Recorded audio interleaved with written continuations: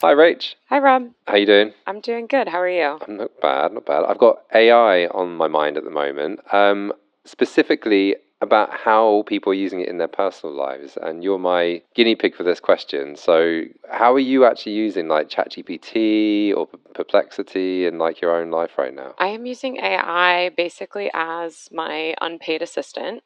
I think at work it refines my emails, helps me sound smarter. It's putting a lot of effort in then already. Exactly. So it's overworking.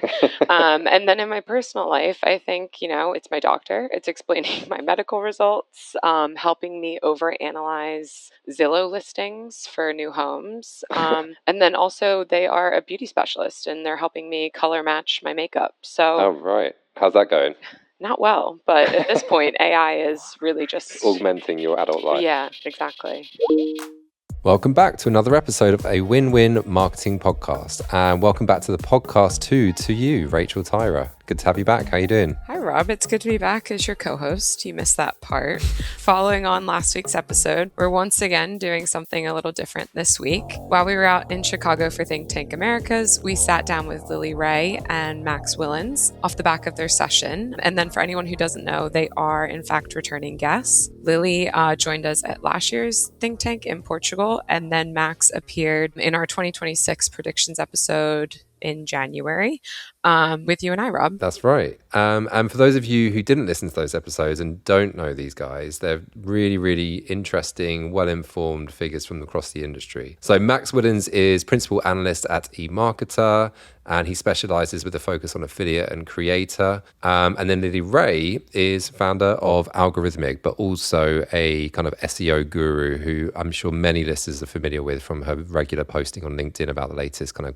algorithm changes and updates from Google, etc. So she also happened to be our keynote speaker for day 2, where she shared a lot of her kind of findings from recent analysis with the audience at ThinkTank. So among those things, I would say that kind of like one of the main takeaways was the fact that whilst there's been a lot of kind of analysis around the fact that GEO or AEO, however you choose to label it, this new kind of optimization of how you can show up in LLM citations is this new novel thing in the industry that people need to be aware of and educate themselves around. Actually, Lily's analysis and even more of the recent kind of updates and guidelines from Google themselves suggest that SEO principles are basically the foundation for a lot of this anyway. So if you're doing good SEO, the chances are that you're also going to show up pretty well as far as LLM's concerned. So kind of a bit of reassurance, I think, from in that regard. And I'm sure that many affiliates that are well versed in these practices will be ensuring that they shore up those SEO foundations. We talked about the changing role of affiliates and SEO in the age of LLMs and AI search overviews. Yeah, and we also discussed the big publisher companies choosing to block AI from scraping their content, companies like the New York Times, for instance, as well as how influencers and content creators can tailor their content to appear in AI citations.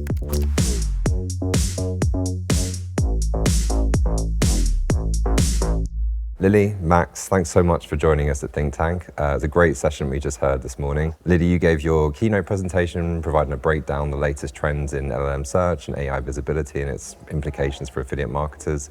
And then you joined Max, who moderated the panel alongside a whole bunch of senior industry figures from across different perspectives, publisher, advertiser, agency, to provide their perspectives on that as well. So really insightful for the audience that were there, but we wanted to take this opportunity to also share some of the highlights from that conversation and that presentation with our listeners as well. And one of the first things that stood out to me, Lily, about your opening was just about talking about that speed of change that's happened. You talked about like 2 years ago, was it ChatGPT or was it Google? AI overviews. Yeah, AI overviews. We're given this recommendation about eating rocks, and 2 years later, you're now able to build out like a CRM platform effectively on your mobile in like 10 minutes. Yeah. And is that unexpected for you about how rapid that acceleration has occurred? Is it an order of magnitude kind of quicker than we were all expecting? Yeah, I mean, I think there's been a lot of debate about whether or not large language models are truly going to be like the real AI technology that gets us to artificial general intelligence. So there's been speculation about how quickly these things could truly move. Will they always have these hallucinations and everything built into them? So I was kind of skeptical because I thought, if Google, for one, the biggest player in the space, is launching AI overviews, and even a year or two into AI overviews, we're still seeing these kind of like erroneous answers. Yeah. For us to now be where we are several months later, where we're seeing tools like Claude Cowork and Claude Code and just agentic, AI search just changing and evolving so rapidly and being able to do so many things, I think we're in definitely that exponential part of the curve, and AI is learning from itself now. So it's happening much more quickly than I think I and many others anticipated, and it's honestly a little scary where things are going to go from here. Yeah. But I feel like everyone should just kind of buckle their seatbelt, because as fast as the growth has been, like one of the things that you pointed out in one of your slides is that if you kind of look past the top lines, like Claude's coming in real hot because they focused and they said, right, we're going to be the thing that helps you at work, and just focus on that. And that's proven to be really valuable. And I feel like there's a good chance that someone will come along and say, we are going to be the one that really helps you shop, or that really helps you as a creative partner or something. And so like as that happens, there's going to be a whole cascade of changes and innovation too. So like as dizzying as this all is, like everybody just needs to kind of like buckle up, I think, because it's all like really just starting. Yeah. I think Chelsea from Acceleration Partners, she threw out the question effectively in the statement that, is the industry actually prepared for this? Is it actually, well set to kind of deal with this level of revolution? What was your kind of take or feeling around the sentiment from the panel? The way she phrased it was super striking to me, where she just said this is not an industry that's built for AI. I would say that really few industries are, but she also made the point that like it's really well situated to deliver real value and have it play a kind of pivotal role. And like I don't want to put words in Lily's mouth, but I feel like the other panelists, seemed really excited by the prospect of what this could do for the industry, right? Because it has raised its profile in a way that a lot of publishers and agencies have been clamoring for a really long time. And like, because of how early everything is, like, it's really an open question, like how much one can capitalize on it. There's a big opportunity, I think, to raise the profile of affiliate publishers, of making affiliate agencies much more of a kind of strategic component in how brands think about their marketing spending. Even the brands that are investing in it, right? Like the signal that you can get from an affiliate customer is,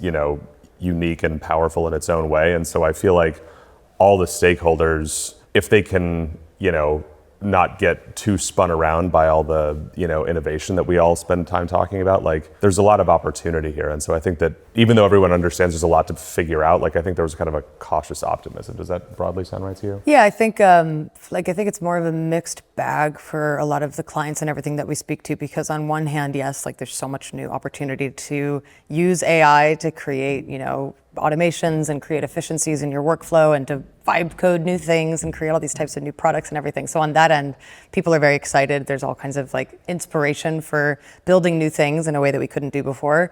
And on the other side, especially with publishers, there's just a lot of concern, a lot of fear, because I think, tools like Google's AI mode, which is potentially rolling out any day now as the default version of search, they just fundamentally cut into traffic that many companies have been used to receiving from organic search for a long time. So I think there's hesitation and there's also excitement at the same time, but everything's changing so quickly that I think it's just hard to say where we're all going to land. But I imagine in the future we'll probably see a more kind of healthy ecosystem where we have all these AI answers, we have these AI solutions, but we also still have to be fair to the people that are basically fueling all the content that AI is using to answer questions. Yeah, because I feel like we had this conversation 12 months ago, ThinkTank in Portugal, and it still felt very, very early, very novel. There was a lot of question marks. And I feel like there is a degree to which the platforms themselves have become pretty well established now. You talked a little bit about the growing user adoption, obviously, not just ChatGPT, but increasingly Google with its massive distribution across its other platforms. But I also just wonder whether or not that question around monetization, we still feel like we haven't maybe progressed that far in that regard in terms of potential solutions. And I wondered if either of you had an opinion on where you think that direction of travel is going. This came up on the panel. Like there was a big question about what happens in a world where so much depends on CPCs, CPAs. Like that's a mismatched metric, in a world where like AI is potentially helping you convert a lot. But like it's important to remember that we are still really early, right? Like one of the things that leapt out at me from the other, I'm now going to talk about other content that went on this week, but like there was a really good presentation that your head of, I think, insights and measurement put on, and Gareth. Yeah, Gareth, and he had a stat about like based on some measurement you guys have done, like I think it's 0.24% of all. It's a fraction. It's tiny. Yeah. And frankly, like until that number gets bigger, like the guys that are going to need the OpenAIs, the Googles, they're just not going to take the time, I think, to sort of furnish the data that will allow everybody to be on the footing of understanding like, okay, this is what the citation, metric is. This is how effective this is. This is, these are all the people in the click stream that, should be compensated. And so it's definitely important to get everybody thinking in a creative and novel way about it, and probably like get some brands out of the like, it's got to be CPA. This is how we do it. This is how we've always done it. You got to get out of that mindset. But like, I do think we're still so early that the notion that some company is going to be like, I've got a new metric and a new, system, and like that person's going to materialize in the next 6 months is, I think, a little misguided. But I don't know. Yeah, I think it's a bit unclear right now. I think one of the things I tried to get at in the presentation is the fact that, so according to some of the data that I looked at, 1 in 4 of the most heavily cited or retrieved sites in ChatGPT's top 100 most cited domains is technically an affiliate or a product review site. And I think that speaks to the fact that so many consumers are going to places like OpenAI to ChatGPT to have, kind of like transactional or research conversations where they're learning about different types of products. And realistically, they rely on all the great work that product review sites have done to review different types of products. And, we've also talked about different ways that these large language models and AI tools are reducing traffic that these sites are receiving over time. So a lot of these businesses have, for decades now, have been in the business of driving page views and monetizing through page views. And I think that that's an interesting conundrum, right? Where it's like these language models need that content, but they're not necessarily sending out that traffic anymore. So I think we're at the early days of having these conversations, and I think that we probably are going to need a lot more almost like existential conversations with the Googles and the OpenAIs about, if you need our content, we need to make sure that we're getting some value in return. Yeah, I mean, I think it's not an accident. This is something that is a couple of years old now, but like the first content partnerships that OpenAI struck, like over a third of them were with publishers that have really robust affiliate content operations. Like they knew from day one, we have to keep these guys happy or connected or compensated in some way, and they didn't mess around, and you can see that in the partnerships they forged. And as this grows, and I think they'll strike more partnerships, and the sort of shape of those is going to be really interesting to watch. Do you think there's a different sentiment towards affiliate content from the LLM platforms than there has been historically with more traditional Google search? Because Google's had a very ambivalent, it's probably the best way of saying it, attitude, I think, towards affiliate content. Sometimes it's been penalized, sometimes there's been core updates, obviously, that have specifically targeted affiliate content and said that this is not what we want in our index to kind of rank highly. Is that changing, do you think? Yeah, so Google has done all types of big updates especially in the last few years, to actually reduce the visibility of a lot of affiliate content. And I think that's because there were so many people that were able to just spin up an affiliate website, and not necessarily put in the hard work that Google recommends that you do when you review products. So they also introduced something called the reviews ranking system a couple of years back, where they introduced product review updates, like specific algorithm updates, to basically reward content creators that are putting in the hard work of doing the product reviews, but in a way where they're taking videos of themselves, they're doing images, pictures, original photography of the reviews, extreme, methodologies behind everything, really the real evidence that they're real people reviewing the products, because so many affiliate companies were just not reviewing products and they don't have that actual evidence. So Google's done a lot of work to kind of clean that up. And I do think right now, ChatGPT and the other LLMs do tend to pull in from more kind of like unknown affiliate sites. So in a sense, there's a little bit more opportunity right now because they're not as strict with what they're looking for. But I think ultimately it's going to land exactly where it landed with Google, which is that they want real evidence that the review content that they're looking at has been put together by somebody who's done the really hard work of creating really great review content. So I think there's only, honestly, like a small handful of players relative to the overall affiliate space that are really doing that hard work, and I think they'll be rewarded long term. Yeah. So do you think it's those kind of first principles of SEO, is still basically going to be the kind of governing model of what content is going to be performing well? So EAT is experience, expertise, authority, and trust. It's EEAT. That's the fundamental way that I think a lot of this works, and I think that what Google and eventually OpenAI are really going to be looking for. But Google actually has its own criteria for writing good reviews. A lot of people don't know this. So you can actually go onto Google and say, Google's guidelines for writing review content, and they have like 20 or 30 questions that they ask site owners to think about when they're producing review content. So check those first. Yeah. One of the things that kind of stood out from your session that I don't think maybe was talked about in Portugal or I've heard before, but the decision for some of these publishers or brand sites that actually block AI bots. I don't know if you can speak a little bit to that, or maybe like what are the pros of that? What are the cons? Why would a site not want to be cited by these LLMs? For sure, yeah. So this is the big conversation, and it's definitely one that's happening more so in the publishing space. The thinking, and a lot of big companies, for example, New York Times are already doing this, where they're saying our content is so valuable that we don't want it being scraped and repurposed for free. Even if we can get that potential citation, most people don't click on it. That's how these models are designed, right? These experiences are designed to keep users directly in the interface in the AI chatbot. So they decided maybe, we'll get traffic and subscriptions through other methods, but we don't want a ChatGPT to be able to scrape our recent content. And when you have enough publishers that are banding together and doing that, now OpenAI has a data problem or a content problem because they don't have access to all the best news publications. So I think we're already seeing that in the news space. I don't know if we've seen it as much in the affiliate space, but in theory, if all the big affiliate companies banded together and blocked, OpenAI or Gemini or all the different LLMs from being able to access whether it's some of their content, all of their content, the LLMs are going to have no choice but to reach out and say, we need that content back. So what do you guys need for it, right? So I think these kind of conversations around like licensing of proprietary data, I think needs to continue to happen because the ecosystem can't support itself if they're just able to take everybody's information for free.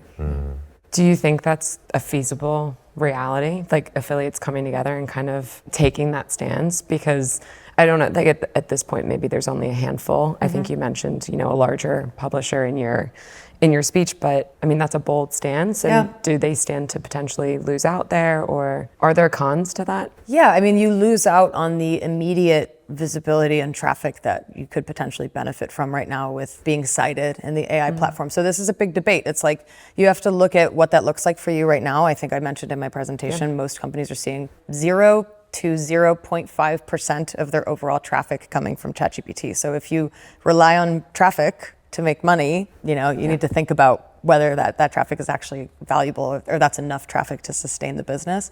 But I don't know if it's realistic. I think there's more and more, like I hear more and more events happening with the AI companies and the publishing industry to kind of have these conversations about what's fair. But I would recommend that at the very least, companies are putting pressure. I know, the EU and everything putting a lot of pressure on these AI companies because at the end of the day, they're just going to continue to take everybody's content until they can't. So we have to do something. Yeah, I think to the question of like whether they'll be able to do it, I'm intrigued to see what happens with the sort of rise of publisher content marketplaces. There's sort of a bunch of different flavors of this, but effectively it's, building infrastructure that allows for compensation when a scrape occurs. And I think that it's not an accident that a lot of publishers that have affiliate businesses have at least sniffed around them and maybe signaled interest in them. And so in a kind of mature competitive industry, like not a long history of collaboration, but I think that there's more infrastructure in place for a potential banding together than there might have been in other circumstances, for whatever that's worth. To Lily's point, I mean, maybe the LLMs take the lead and say, we're going to try to figure this out. But these specific circumstances are, I think, more conducive to something like that than we've seen historically. And another thing too, just to add to that, like if one of the LLM companies or AI companies decided that we are going to introduce some type of system where you're getting compensated if we're using your content, people might make a decision to block the crawlers that are not doing that and to only allow that crawler, and that's going to result in them having much better content and much better answers. So there is some leverage that these companies have to potentially attract more companies allowing their content to be available to them. We interviewed an affiliate publisher in the UK called YouFurnish. They're a kind of interior furnishings comparison website. And they had like an interesting take, I think, on LLM citations and wanting to be present there. Less so for the referral traffic and more so for the brand equity, because there is this sense as a user that if that your name is showing up, you get that sense that this is a legitimate source, that is a branding exercise, that you're being featured alongside likely very prominent fellow publishers. And that, I think, is maybe gets sometimes lost in the anxiety that the industry has around referral traffic. And to your kind of research, the fact that there is so little click-throughs that we're seeing from these kind of overviews. Yeah. Does that come up at all in conversations? Well, I think it's the perception of the opportunity is going to differ, right? If I'm, a publisher that routinely just like wins in SERPs, day in and day out, you're a top 5 result every single time, you're going to perceive the rise of AI search differently from a company that has no shot to win that SERP placement. And it does matter, right? Because broadly, it's a moving target, but like broadly, when you look at consumer perception of like AI responses, like they're broadly perceived as trustworthy, right? Like it's not 100%, but it's well over 50. And so if you are, kind of a challenger brand or challenger publisher and you can't kind of break through in what have been legacy kind of distribution surfaces, like you probably do look at this a little bit differently when it's a chance to sort of be on the same plane as your, bigger, better funded competitors. So it's definitely worth considering. Yeah, so I think that's absolutely a valid thing to think about. This podcast is brought to you by Awin. Whatever your marketing challenge, whether it's reaching new audiences, stretching limited resources, or driving stronger results, Awin helps you find the partners who can solve it. Our platform connects brands with trusted partners who enhance your campaigns and only get paid when they deliver real outcomes. If you're ready to make every channel stronger and every dollar work harder, visit awin.com and see how we can make your marketing do more.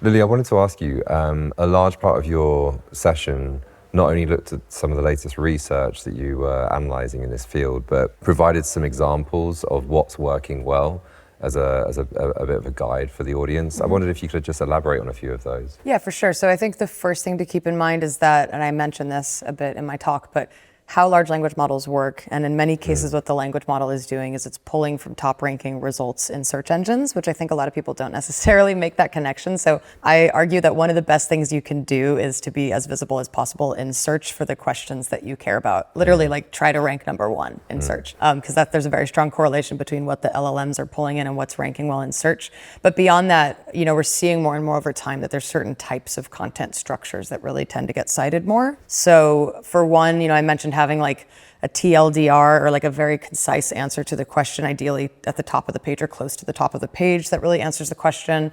There's certain types of pages that are doing really well. So we've seen, there's a lot of debate in this space right now, but like listicles. So like, 10 list items that kind of rank certain products or whatever, or comparison pages that might compare 2 different companies to one another, question and answer pages and FAQ pages. So really anything that's like really easy for an agent or a large language model to come to the page and say, we see a really clear answer to this question in one place that we can pull in really easily. Before you might have had the answer kind of dispersed throughout the content, but now having like one block that really answers the question. So we're kind of just like tightening things up in the content. So it's easier for them when they come in, they don't have to scan the entire page to get the point. They find one block that really answers the question. Yeah. And you mentioned at the very start there about like the correlation between kind of core SEO principles and what's then earning AI visibility. What are the differences there? Where are the kind of the things that maybe don't matter as much as a signal for Google search, for instance, that do matter more for LLMs? What the LLMs are doing is they're not only pulling from the top ranking results, that's one part of the process, but they're trying to corroborate what they found with third-party information. So they're looking at what do people on Reddit say about this? What do people on LinkedIn say about it? What's being said on like Wikipedia and other user-generated content websites to kind of corroborate the answer. So backlinking and off-site metrics have always mattered a lot for SEO. I think we've been very, very focused on building links. Now we're much more focused on what are people saying about our brand? How many times is our brand mentioned across relevant sources that the LLMs are looking at? So it becomes much more of like a PR activity. Yeah. Maybe a question for both of you, but this idea of maybe all the different digital channels that we have access to, how would you advise brands to think about maybe SEO and affiliate as complementary channels rather than historically, I think we've always maybe seen them as either very separate or even competing? One of the things that's so interesting, and Lily touched on this a moment ago, is that like the picture or the sort of disparate sources that all these LLMs draw on to get their answers does kind of put brands that invest in affiliate in an interesting position, especially for those that have diversified their partner mix in such a way. Like if you're investing in creators and user-generated content and creators who are really active on lots of different social networks, like that potentially provides a boost to your visibility that really was not considered at all when you were purely thinking about ranking in Google. And so, there's a way in which if you kind of put affiliate at the center of your thinking about distribution or visibility, like it allows you to think about this in a way that's more holistic than might have been the legacy standard or norm. But I think one thing where they are pretty different right now, or something that's different for affiliate sites now compared to where we were before with organic search. We mentioned before that Google cracked down on lots of different types of affiliate content. Another big example of that was in 2024, Google launched a new spam policy called site reputation abuse. And many companies that had a lot of affiliate content, Google just basically said, you can have that content, but we're not going to allow it to be indexable in our organic search results because it's basically pay-to-play content. Where things are different now is it turns out that large language models are using a lot of that pay-to-play content to answer organic questions. I don't know how long that's going to be the case, but it seems to be a really big lever that people can pull to basically influence what appears in AI search answers. So I think right now there's actually more opportunity for affiliate sites and for brands that want to get on those kind of sponsored articles to actually use that tactic to influence what appears in AI search. The only difference is we don't know how long that might be the case. There might be a day when OpenAI has its own site reputation abuse policy, but that might be a long time away from now. I wanted to ask you, pick you up on that actually, because Adrian on the panel from Linkbee earlier talked about the fact that this feels very much like a Wild West Gold Rush era right now, advantages to the first movers. When you compare this, what's happening right now in the LLM space particularly, to the early days of SEO, and you've been working, was it 16 years? Yeah.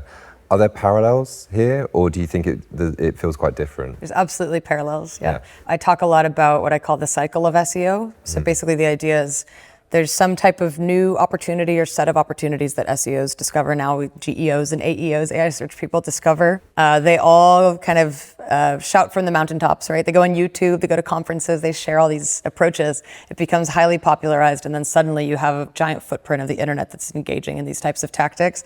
Google hates this. They don't want people trying to manipulate their search algorithms, and I'm sure OpenAI is starting to see the same thing with a lot of the spam in ChatGPT. So they patch it, they introduce algorithm updates and penalties and things like this, and that tactic stops working, and then we're right back to square one where we need to find new tactics, right? And I think right now we're absolutely in a gold rush where there's all kinds of ways that people are trying to trick, AI responses and manipulate what appears in there. And I think the companies are a bit behind in cleaning that up, but I think they're not done yet. I foresee within the next year probably some very big changes to how they show content and rank content and everything. But definitely it feels a lot like SEO before they had a web spam team at Google. Yeah. And it feels too like the cycle that you laid out is probably going to play out over a shorter time horizon, right? Because, all of these platforms, even though they've posted really eye-popping growth, like you had a slide about this, ChatGPT's user base is kind of plateauing a little bit, and like they're not going to be able to reverse that if people get the impression that every time they ask ChatGPT a question, the answer is going to be shaped by a bunch of like shady, kind of 21st century black hat garbage. And so, I think that's what Anthropic's brand campaign is basically premised on, right? Is this idea of they're injecting ads now. It's a commercial outcomes. It's being manipulated. It's not really something you can trust. Whereas, with Claude, this is something that is actually much more genuine. That's right. And they have to be, I think, very vigilant from a branding and kind of, future growth perspective. If they want that stuff to continue, they're going to have to, crack down on this stuff a lot more quickly. Yeah, and it's important to remember, I think it's a bit naive to assume that these companies won't be able to figure it out. I think they'll actually be able to figure it out faster than Google ever could, right? Because they're AI companies, they're LLM companies. What LLMs are really good at is pattern matching, right? So if you start to see a bunch of people doing something that kind of skews from whatever training data they're focused on, and they can see spam patterns more easily.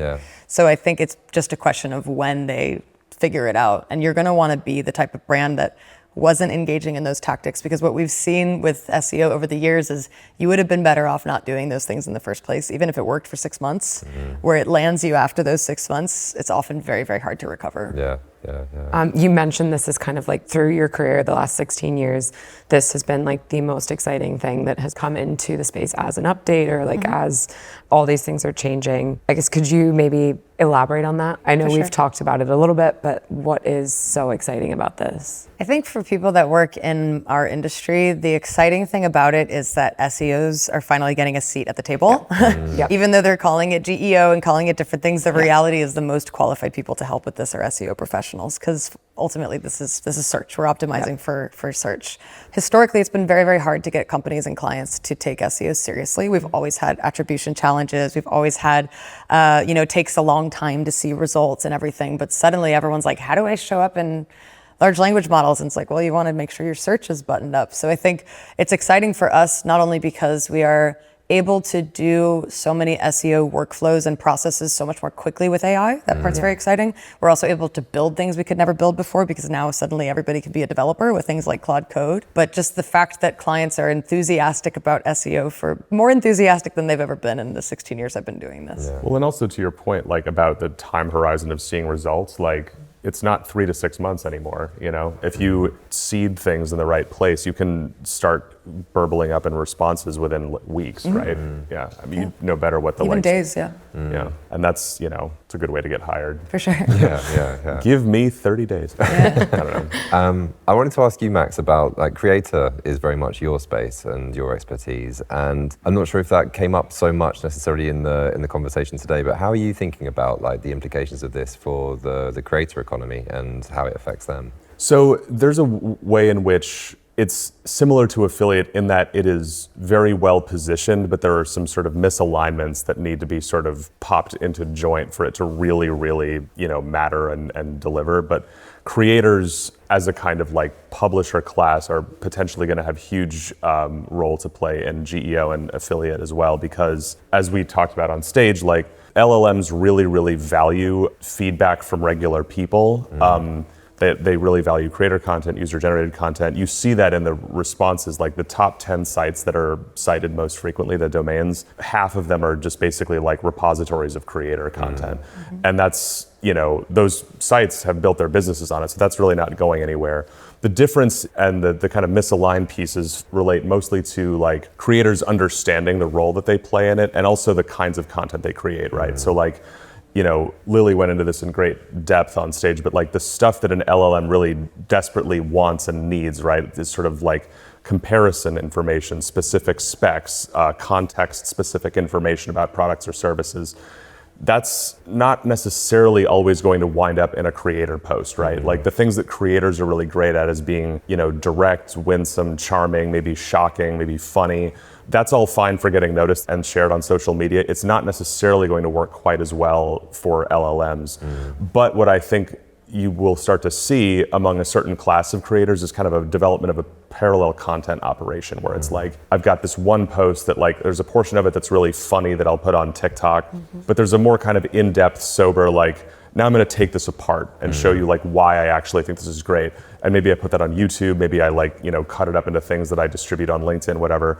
And so you have this ability to really give the LLMs and the brand partners a chance to appear in really important contexts. But that's going to take time. And so is the compensation piece of this too, right? Like most creators I know, to the extent that they know what AI visibility is, they have very little kind of like means to sort of say or gather up the data needed to say, my content's actually really valuable to you partners and you prospective partners, so let's talk. But again, we're so early that like I think in a couple, 3 years, we're gonna the creators that get that and kind of embrace the upside there are gonna really benefit. Yeah.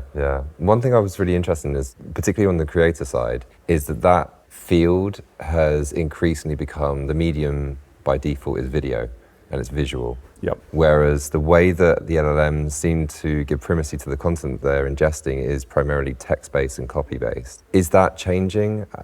Is video becoming a more valuable asset for them to digest? And does it require transcripting, or can they take the visuals themselves? Yeah, it depends on the LLM, but like Google, for one, prides itself on being what they call multimodal. So it's able to ingest all types of different content formats, and I think this is increasingly becoming true with LLMs. So, we see Google, obviously Google owns YouTube, so that's important to point out, but Google really seems to be prioritizing YouTube in AI-generated responses, and I think they just get so much of that great, authentic kind of human conversation within the video that it often answers a lot of the questions people are asking about. But I do think video, audio, images, all of this is a new playing field because LLMs are able to understand a lot of that content much better. But I would still recommend, make sure if you're uploading videos and things to your site that you're looking at transcripts. I think YouTube does it automatically, but not every video provider does. But that transcript is really going to help kind of solidify what they know about the video. Yeah, and I feel like to Lily's point, like the transcription doesn't get you all the way there, but it gets you pretty close. And so as long as you're investing in that and there are tools at hand, whether it's the native stuff on YouTube or elsewhere, like that's a reasonably solvable problem. But it's one that everyone should be looking at, right? Because I think that the LLMs, again, because they really are hyper-focused on sources of kind of authentic human feedback and information, are going to prioritize those platforms, which are all trying to incorporate more video, whether they're video native like YouTube or Instagram, which is, indexable in Google. We're just going to, video is eating all of our media time. And so it's going to be a bigger component moving forward. Yeah. I was going to ask a really quick question. You've both touched on like geotactics as well. And then Lily, I know you mentioned that there are actually tactics there that could very much have a knock-on or negative impact to SEO strategy and then ultimately AI visibility.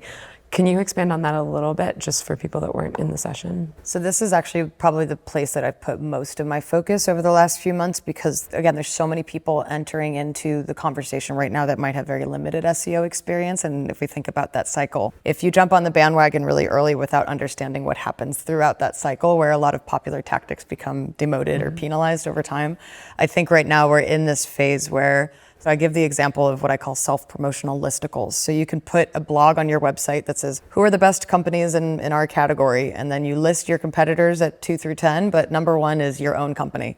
You talk about how great you are, and then maybe you talk about your competitors being really bad. It turns out this actually influences LLMs in a really big way.